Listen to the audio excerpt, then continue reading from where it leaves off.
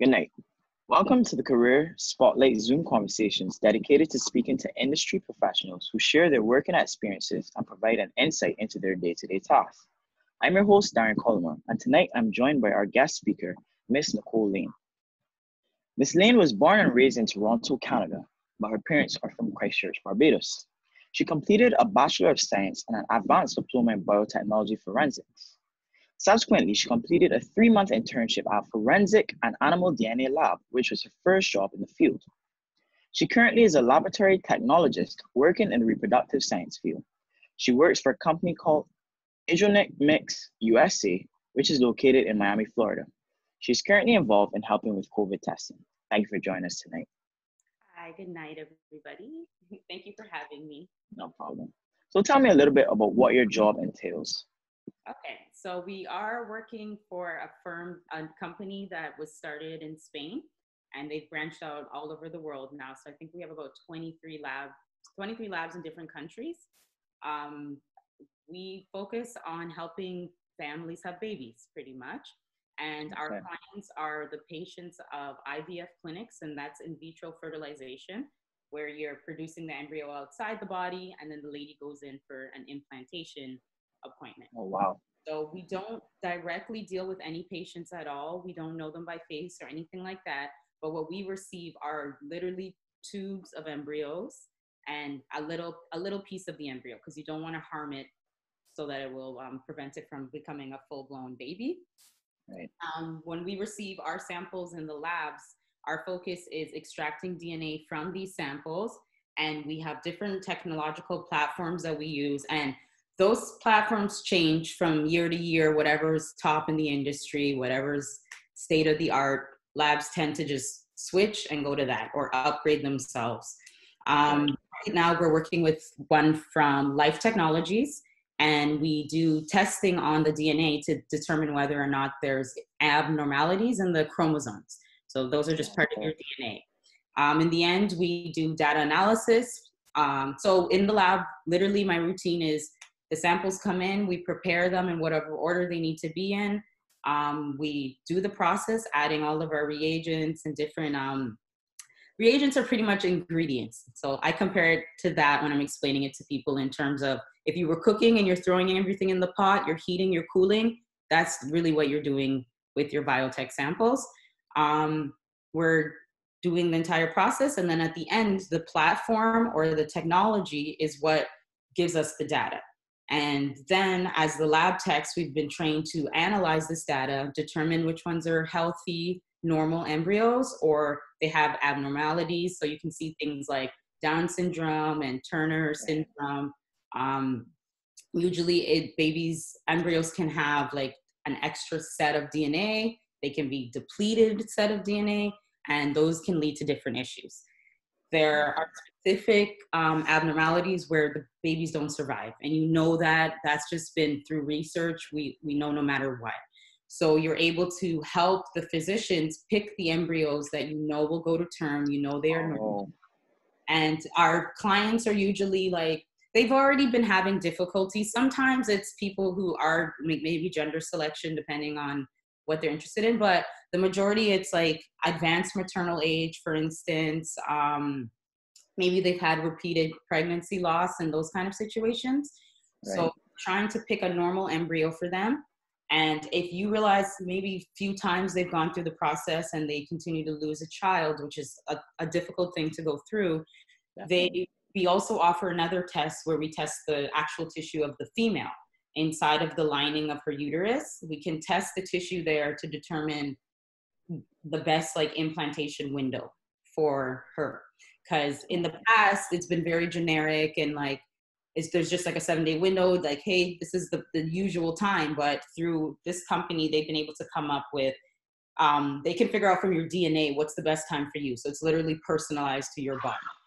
So that has been amazing. A lot of women are doing very well with that right now. The other test that we do that's a little sad is we do test the actual, they call it products of conception. So that's like miscarriages. So when we go through that, the doctors can collect the tissue. They send them to us. Sometimes it is fetuses. That part is really sad. but we do have to test a bit of the tissue to determine what happened. Because a lot of times, going through that, a family wants to know, was it me? Like, that's a lot of times how women are dealing with it.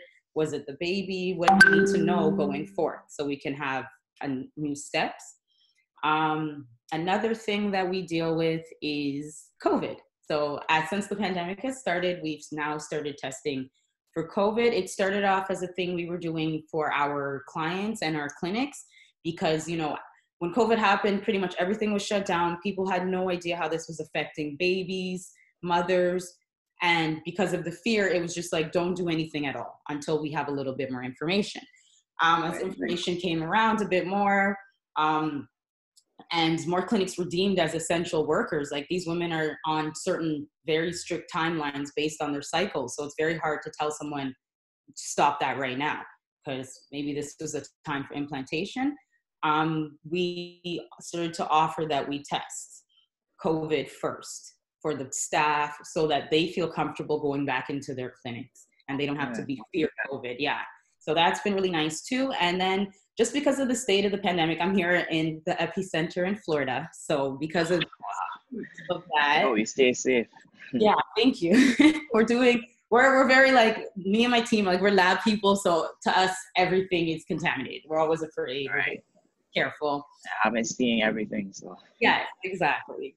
With us, yes. So with that, since we've offered it and we've put it out there, people will come. So we've just been testing whoever needs, whoever contacts the lab. It is a private lab, so we send out kits to them, and they take it to their nurses, whatever they have to do, and they send us back the samples. So I've been doing COVID a lot this week. But my role changes from week to week. We kind of rotate so people, like, they don't get tired of doing the same thing. And so it's really easy to, like, jump in and cover each other on vacation and that kind of thing. Okay, that's good. So all that was made possible, like, through you studying biotechnology forensics? Yes, it was. Yes. So that's exactly what you studied in college, or in university rather? Yeah, the only thing that's different about what I'm doing, I would say, and this is, like, what's really amazing about biotech, is a great biotech program will teach you the skills that you can transfer into any type of field that uses biotech. So like tomorrow, if I decided, like, I want to go work in the cancer research with what I know, I would just look up those jobs and see if I have the skill set, which I would, depending on what they're doing, because I'm focused a lot on DNA. But some of my, some people that I went to school with, they went into cancer research. They went into working with stem cells, pharmacology, even if you're into that type of stuff too, working with drugs and drug reactions, that all ties in. So it's a very broad field, yeah. Yeah, biotech seemingly is a foundation for all these things. Yeah, definitely. And I would say your science is your foundation, which is what I did in university. And then for me, the college was like when you really get into it. For my program, I know everybody's programs are a bit different. Okay. Yeah. So did you choose this career or did it choose you, would you say? I would say that I definitely was in the beginning, I was very into forensics. I still am, like, it's my first love for sure. I realized early on that I enjoyed chemistry more than biology, which is because I'm in bio now. But chemistry was like the drive. Like, I wanted to learn the chemistry as much. I wanted to do like forensic chem. But then I came across this program after I finished university. I find with university science programs, you do labs to get them done, and they kind of go with the chapter you're doing at the time.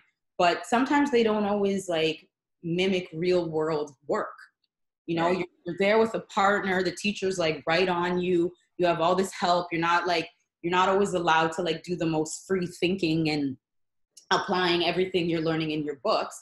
So in college, it's very much like you show up, you better have your PPE on, you better be ready. Your teacher's walking around, they give you instructions, and then that's it. You're on your own. And you're very hands-on.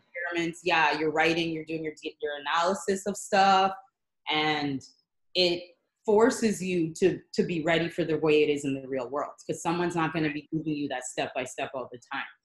So I found with my college program, because it focused so much on the DNA analysis, it like opened up a whole nother world of it for me. And then I started to like that. I started to like biology more in that aspect, because Okay. I liked DNA. It wasn't necessarily that I liked biology in terms of doing medicine and being a doctor. I liked what DNA does and how it can be used to solve crimes, how it can be used to determine paternity, all of this stuff that it can do.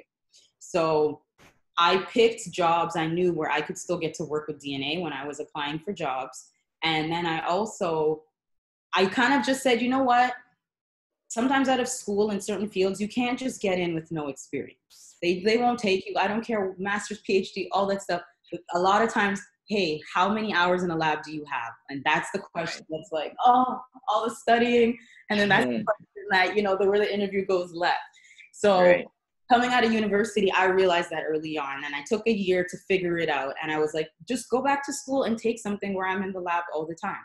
Take something with an internship. And I would say in any field that, especially very, very technical ones, I recommend for all students, get an internship, a mentor, job shadow, reach out to people, email, hey, I just want to follow you around. I want to see what you do, because a lot of times with those experiences, you also figure out what you don't want to do, or what you can't handle.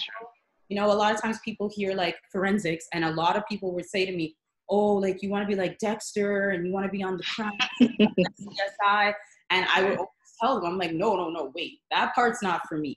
And I learned that through an experience. I did like a medicine program in high school where we were around cadavers and stuff. And early on, I was like, I don't actually want to be at the scene, but I want to be in the lab. I want to receive it, follow the samples to the end, and figure out who did what and who was where and that kind of stuff. So I would say I chose DNA analysis, but the reproductive field, they kind of chose me in that sense. Because when I got there, that's when they started to teach me the way they use DNA. And I had to learn in a different way, in a different concepts. But the physical, the processes are the same. They are the same. Like the things you've learned, the way you extract DNA, maybe you use different chemicals, maybe you use different technologies, but the process from beginning to end is generally the same. Okay. And, yeah, exactly. So I definitely didn't come out of school being like reproductive science. I had no idea what it really was. Yeah, the internship helped.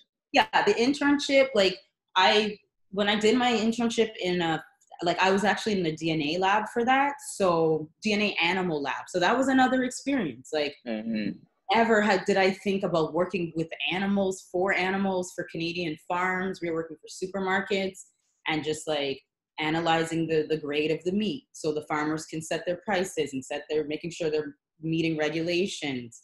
Sometimes it was something as simple as, a farmer comes out, there's a new calf, they don't know where it came from. They're like, who are the parents? So they would send the samples to figure this out, to make sure, is this something I can sell? Is this not a healthy animal? And that kind of stuff. And again, using all the same processes I use to test a human embryo, which is, it's incredible. Like our DNA, so much of it is shared with animals, a huge percentage of it. So very easy to work with it. Another area people can be interested in is plants. Like there's, even with like the marijuana industry going where it's going, like plant extraction and plant using that as medicine. There's so much going on for me. Yeah, and it's not slowing down at all. Like it really is. If you're interested in it and you can I feel like the first couple years of university is rough. Like it will make or break you kind of thing. Like you really got to like science. And if you can get through to maybe third year, it starts specializing a little more and it starts like being applied to real life, and you get the real life scenarios. Another thing that I enjoyed about my college program was every professor worked in the field. Every teacher, professor, supervisor, whatever they went by, they worked in the field. And that is priceless, because you can ask all the stories. You can ask them like the same stuff you're asking me. Literally, I can go to see them doing something. and be like, why do you know about that? And then one of my professors was an ex-police officer, and he would tell us about all the forensic stuff he would have to deal with. He'd tell us about different cases, you know, he was retired, and amazing stories, just amazing things, especially people who have been in forensics it's one of the newer sciences. So these are people that were there in the beginning, you know, they were there. Nobody even knew what it was. Nobody understood it. There was no TV shows. And yeah, you get the history of how far it's come and where we are. Like if I went back to my program now, it would be brand new. Wow. Yeah, for sure. That's amazing. Yeah. So knowing what you know now, would you give yourself your younger self any advice coming through high school in terms of subject choice, like to prepare you for this path?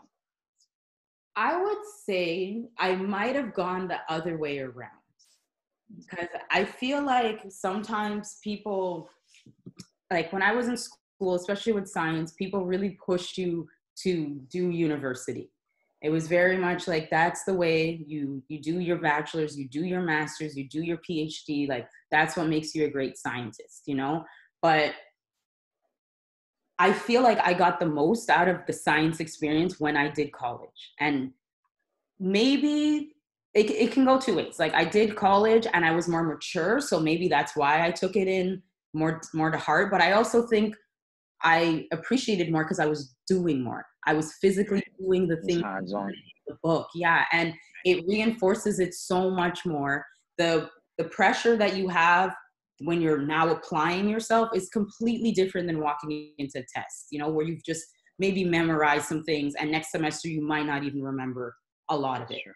Applied learning stays with you. You don't forget that moment, even if it was terrible and it was a disaster of a lab. Like after that, you're like, okay, so don't pour that in there ever again, because it will like it does definitely stay with you. I would tell my younger self to push more, like I was saying earlier, for internships and volunteer experiences and whatever I think I want to do, even if it's think, because you thinking and not knowing for sure and not knowing a lot about it besides maybe our internet reading books, and then maybe TV, you see the profession here and there. Reach out to someone, try to follow them, try to volunteer somewhere, and sometimes you get there and you're like, wow, this sucks. Like I would want to do this. Or you're like, okay, this isn't for me. Like this is really, really good. People, a lot of times with forensics, I know people are watching the shows, they're amazing. You see one guy doing all this stuff, which is never true. Like cops don't walk in the lab.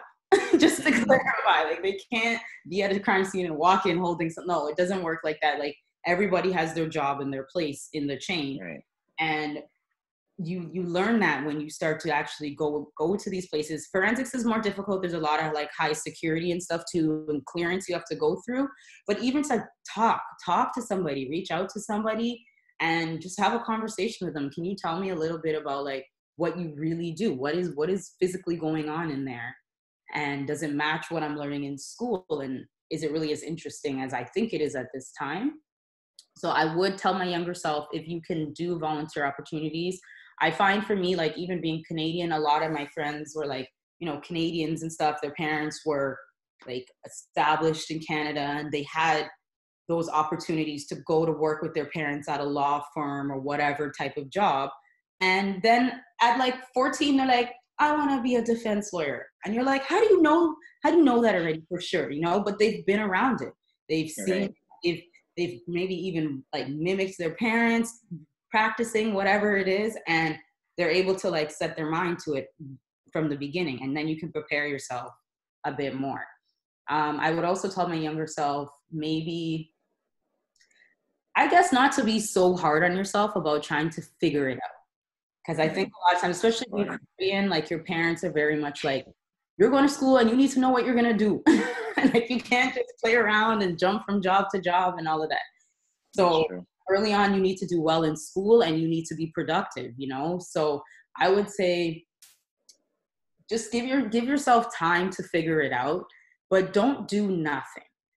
Right. Yeah. Because that can also happen when you say I'm figuring it out. Try things. I took electives that sometimes people don't really see the value in electives, even at the high school and secondary level. Like when you have a schedule that's set and then a person says to you, hey, you get two or three to pick whatever you want, pick things that are not even related to what you thought you wanted to do. And you would never, like in high school, I took a shop class building with wood and architecture. I loved it. It was my favorite class. And I actually considered going into architecture at one time. But in the end, I thrived in science and I liked it a bit more.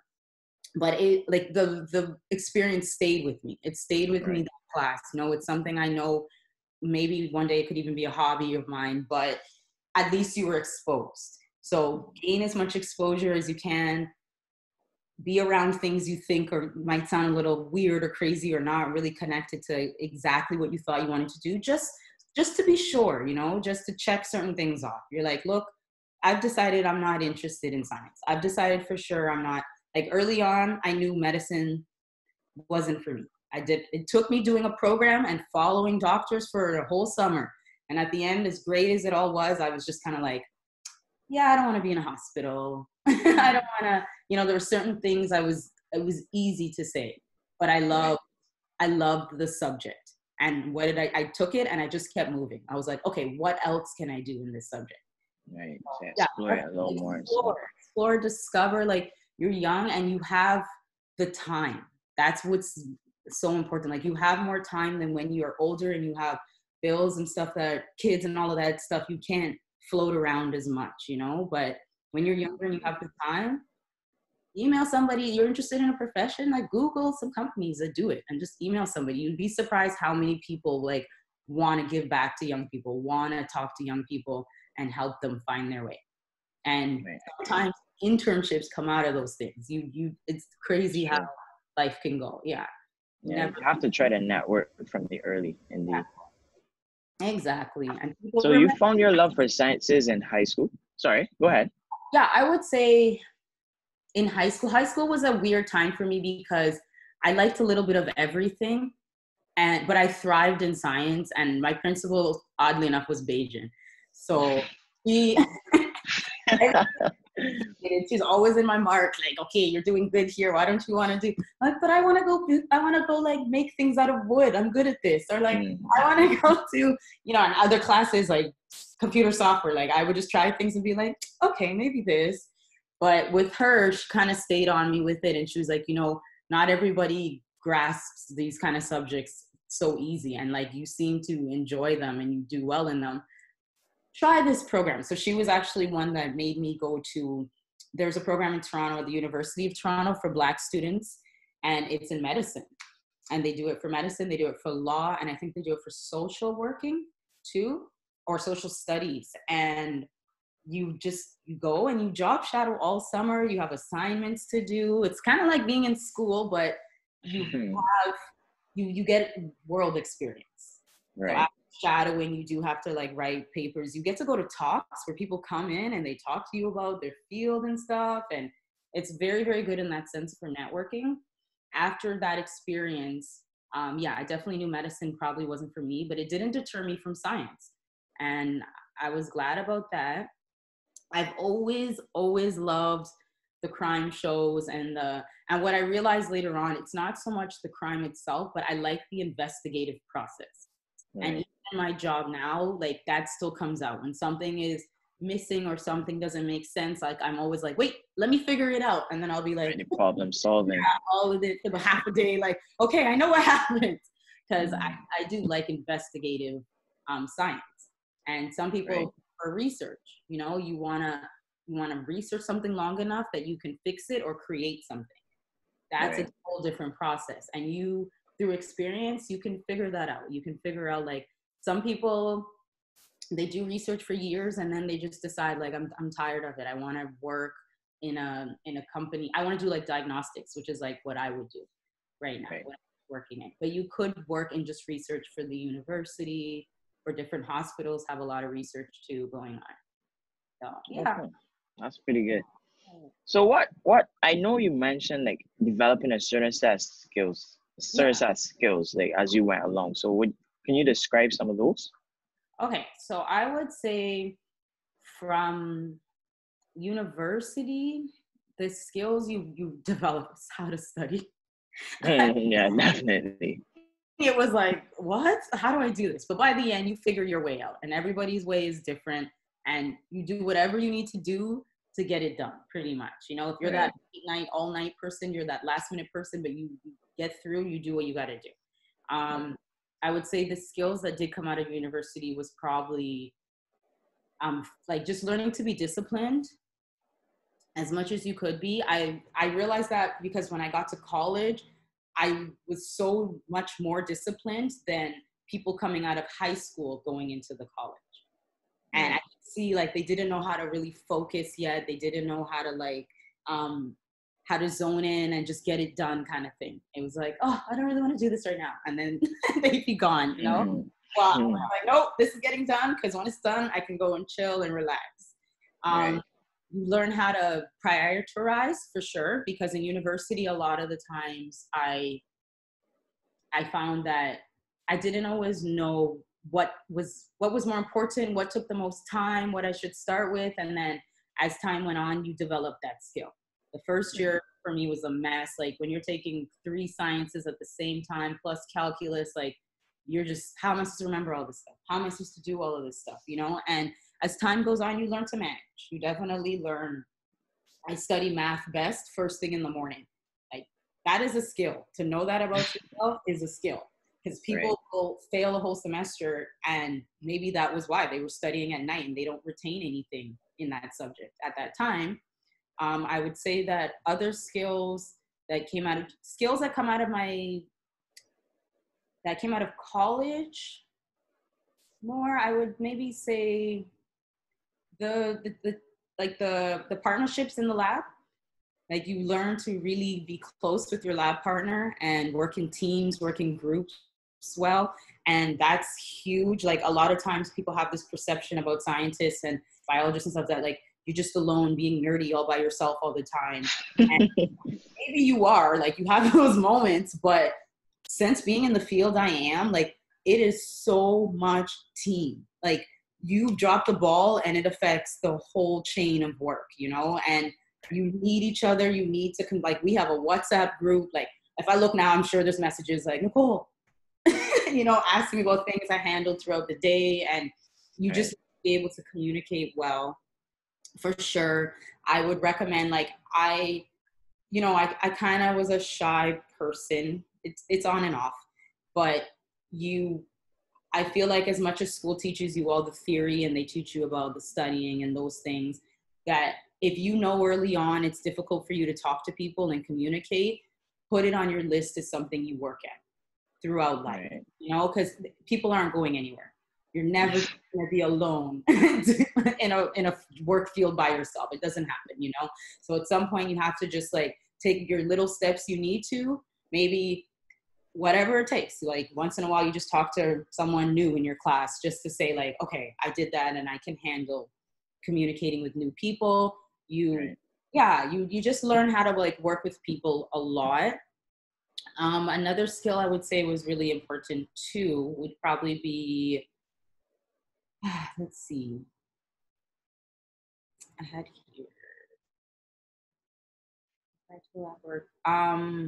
being prepared. Like being prepared will save you so much stress and anxiety and all of those things that you deal with. And like, if you can plan and start things a little bit in advance, that was rough for me in university. I definitely learned that the hard way. The panic, like night before, I could get my old self advice. I'd be like, just maybe 2 extra days. Like, 2 even, you'll feel a little better. You'll feel a little more prepared for sure. Again, with the communication, problem solving skills are like very important, and you do learn those through school too. They get strengthened in the workforce for sure. In my field, the technology, I would say like just make sure you're comfortable with the computers, you're comfortable pressing buttons and not knowing what might happen on machines, but hey, you got to figure it out sometimes. You're comfortable with just reading about technology and you're not afraid. Like, you know, sometimes when a new machine comes in a space, people can get a little like, oh my God, what's happening? What does this thing do? But you'll learn. Like, you can't blow anything up. Really, Yeah. as much as it makes sounds and it looks like that, like, it'll be okay. You know, get comfortable, ask questions in school, because the issue with biotech in school is you don't get a lot of like, and even in my college hands-on program, I didn't get a lot of actually touching those machines. You read about them in the books. There's all kinds of drawings and pictures, and maybe you replicate it on a test, but it's completely different when you're in a lab for the first time and they're like, this is the huge machine you were learning about in school. And you're like, oh, wow, like, this is amazing now. It's completely different.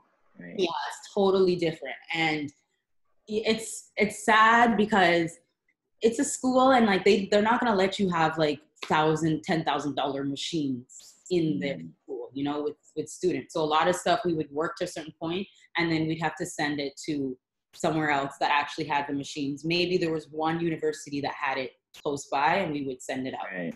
And then we would get our results back and we'd analyze our data. I would. And that's why the internships are so important. That's why the internships, so they let you touch. They let you touch.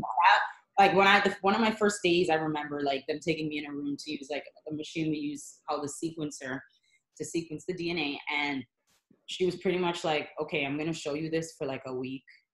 Then I'm going to watch you. And then you're going to come in at 8 o'clock in the morning and you're going to load the 200 samples by yourself. Wow. Like, yeah, you'll be fine. And it's true. Like, a couple times, you press some buttons, you read, you know, you go through the manual a little bit, you ask questions about things you're afraid of, and then you're on your own with it, you know. And that's right. What's really nice about internships, because a lot of them, they need the help, you know, they also want and need your help. So for them, it's like, I want you to learn this as fast as possible and in the best way for you, so you can also take it on to the next thing. Some of those internships end up hiring, like where I was, they hired at least 3 people out of my program the years before I came.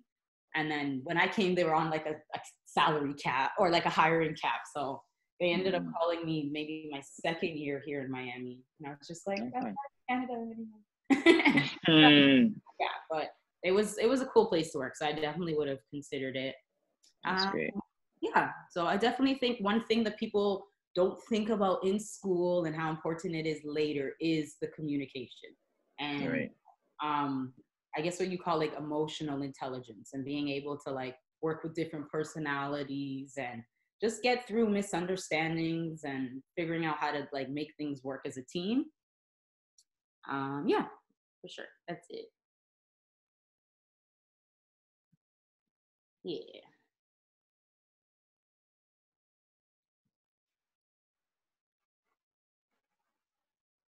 Oh, did you freeze? Sorry, sticking a little bit. Yeah. Yeah, you can hear me? Yeah, now I can hear you. Oh, okay. Sorry about that. Sorry, what was the last thing you said? About the team stuff, and just making sure that like you work on learning how to just work with different personalities. So there's a lot on like book intelligence, but emotional intelligence is really important too in the workforce, for sure. Oh, okay. All right. Yes, your next question. Right. So I know now your job description has expanded. You started testing for COVID. So how do you see your job or role evolving as I know you're in Miami, so you're dealing with COVID on an unprecedented level. And then obviously, eventually, hopefully when you get under control, there'll be a post-COVID period. So do you see your job evolving and like your role at the company changing because of this? I do. What's interesting about COVID is, from the science perspective, we don't really think it's going anywhere anytime like soon. So I've realized a lot of labs are prepared to be dealing with it for a while, you know? So right. Whether you have to now set up like a COVID department, all the COVID policies and stuff, that is kind of going on. So at first, wow. We were very much like, we're in the fight. Like, let's go. We're a lab. They sent out, the CDC sent out to all the labs in America, we need help with this. Who can get on board? And whoever could just jumped in. You know, we didn't even know it was going to get to this extent. This was like early on when everything started happening. So now we're pretty much prepared to help with like as much as we can at this time. And it's also really, really, it's for our clients, because they're already people that are dealing with issues, having babies. They're nervous, you know, they're scared. They want as much information from us about COVID and their process, you know, so we can't just turn a blind eye to it. We need to know, how is this affecting pregnancies? How is this affecting babies that are born? And we kind of have to stay ahead and follow a lot of the countries that have went through everything first and see what their literature is saying, and get ready to care our patients. So with that happening, I would say, I think that the best thing for everybody to be doing at this time, especially in America, is just get used to COVID being here and figuring out how to live in the safest way, you know? So I think our company will definitely continue to have our like COVID briefings continuing. Like right now we're working in 2 different shifts to avoid to have the social distancing and everything, which is hard because we're very close. So it's very dramatic. Like when we finally see each other, like, oh my God, I haven't seen you in so long. Like, but it's what has to be done for this time period. So I think, so I think with that happening, there's space for, because when you're all together, the managers can manage everyone all at once. But when you're now splitting into 2 shifts, so you almost never see each other, I feel like you're going to need someone to manage another shift. So people before maybe wouldn't be considered to be in a managerial position or wouldn't even think about it, they may be forced into those type of situations because you need someone on that next shift to follow up, pay attention, take the lead kind of thing. So that's definitely something with the more people we hire too. And with all the job loss and stuff, yes, we definitely have to hire more people. People have lost jobs at other labs and now they're looking for whatever they can with us too. I think it's going to change in the sense that anything that can be done from home will be done. And because it's working well for a lot of companies, I don't think people are going to go back. Yeah, so, definitely. Yeah. And I feel like anyone who's in science right now I think like, just take it in, like take in where the world is going, take in that there may be space for scientists to now work like remotely from certain places and maybe not go into lab, but find ways to, and it's hard because our job is technical and we need to be with our samples, but maybe there's less people with the samples. Maybe you're doing more things where you're showing things like this over video when you're not having as many people come in to prevent spread and that type of thing. Right. I also think that with COVID happening and with all the testing that's required, maybe places that were just running tests may now have to start setting up like sample collection, because that's the next question. When people say, hey, do you run the test? You're like, yes. But then they're like, where can I get my sample done? Do you do that? And it's like, no. So you might have to do more. Person in the business, if you're like business minded, you're thinking, hey, this is an opportunity to not only assist with the pandemic, but to expand the business and expand what we're capable of doing. So maybe you bring on some nurses that come in 2 times a week, you know, and they do the collection and you can run your samples right there. Right. Which is all stuff that, you know, who knows where it can really go depending on what the company wants to do. But we are seeing that a lot where people are like, you don't do the testing there. And then plus with what's happening in Florida, the delays are 7 days, 8 days. And people, when you're living in a generational home with grandparents and parents, you can't have a person wait 7 days before they quarantine. No, that's crazy. You need results like immediate, as fast as possible, you know? Right. You have to find ways to get them out faster. Yeah, but I think we'll change more towards like dealing with COVID, because I think with the way 2020 has gone, it is almost impossible to plan. Yeah. Right. It's true. Like no post-COVID right now, just because like the fight is COVID. Like we need to get this under control, and it's not a country's thing; it's a human thing, and we just need to all together. Global effort. We all need to just pull together and figure it out and get it dealt with, and then we can do our like post-COVID celebrations and all of that. Yeah. I hope to get back to stay in normalcy. Yeah, exactly. So I know you've had like the privilege of working with across like several different disciplines, like within forensics and biotech. So do you see yourself like staying within like this career path, or maybe do you see like a change for yourself in the future? Um, it's funny you ask that because makes people think a lot. You have a Right, lot more time now since you can't go anywhere. Um, definitely. I have thought of like I enjoy science. I do. I have thought of like looking into other fields also that I enjoyed when I was in school when I was trying to make those decisions. Um, I think right now I'm at a place where I'm very, very like interested in figuring out how to use my experience, my skill set to own something or run something myself. Because Right. with the way that the world is changing and with all the movements happening and stuff too, like I really want to be able to provide opportunities for my people, like point blank. Like I want to be able to have something that I can then say, hey, my friend's kid is in so and so, like maybe I can get them on board on this. Maybe they need an internship, because I will say internshipping changed my life definitely.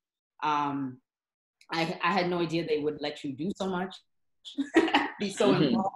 Yeah, like I didn't know that experience was as hands-on as it is. On TV, you see like people getting coffee and stuff. Like, no, it's not always like that. No. Like some internships, yeah, they're epic. That's good. But yeah, so maybe like with science, I may collab with someone else who is needing like someone with lab experience and that kind of stuff, and be able to like add a lab addition to or lab knowledge to what they're already doing, whether it's a family member or friends who are in certain things. But I definitely want to do a master's in forensic science. Figuring out still which program works best for me, because I don't want to go into something again with no internship type thing. Like I Right. need something where I'm getting, after I'm learning everything, I'm getting to apply it in some way. So I know there's some programs where you get like supervising, you get like, when you're done, you actually do supervising and management as part of your forensic master's. And Okay, that that's makes good. more sense to me, yeah, for where I'm at and what I do. But whether it's with science or another field, I'm trying to figure out how I can do something that is mine, Right. and it's something that I can then bring people on board. Okay, that's really good. It's been a pleasure talking to you. Thank you so much for joining me tonight. It was definitely a really interesting talk, especially with you working so closely with COVID, also being in America. So I Yeah. hope you stay safe, stay protected. I Yes. wish you all the best in your future endeavors. Thank you. You too. Right. So thank you so much again. And as usual, Career Spotlight is brought to you compliments of the Student Center, your official guide to higher education, your go-to for college and university placement for Caribbean students. And their services are available for anyone who might be interested in biotech or forensics, like Miss Layne is. So for more information, feel free to visit www.thestudentcenter.net. So thank you once again for joining us. We hope you have a wonderful night You too. and stay safe.